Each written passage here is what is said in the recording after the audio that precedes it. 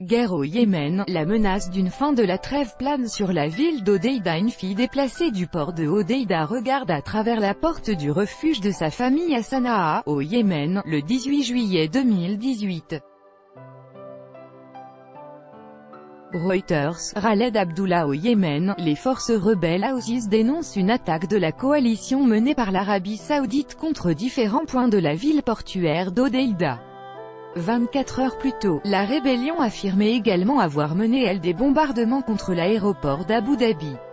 Ni les Émirats arabes unis ni l'Arabie saoudite n'ont confirmé ces deux affirmations. Entre menaces et agressions réelles, la pause de l'offensive sur Hodeïda décrétée le 1er juillet par les forces pro-gouvernementales au profit de négociations menées par les Nations Unies semble de plus en plus menacée. Le sort des 600 000 habitants de la ville d'Hodeïda et ses environs est toujours en suspens. Si les combats sont officiellement à l'arrêt, la tension continue de monter autour de ce port. Mercredi 25 juillet, après une attaque Houthi contre des navires saoudiens, Riyad a annoncé l'interruption des exportations de pétrole brut par le détroit de Bab el-Mandeb jusqu'à ce que le trafic maritime dans la zone soit jugé plus sûr. Ce détroit au sud d'Hodeïda est le passage de nombreux pétroliers venant de l'Arabie Saoudite, des Émirats arabes unis, du Koweït et de l'Irak vers le monde entier.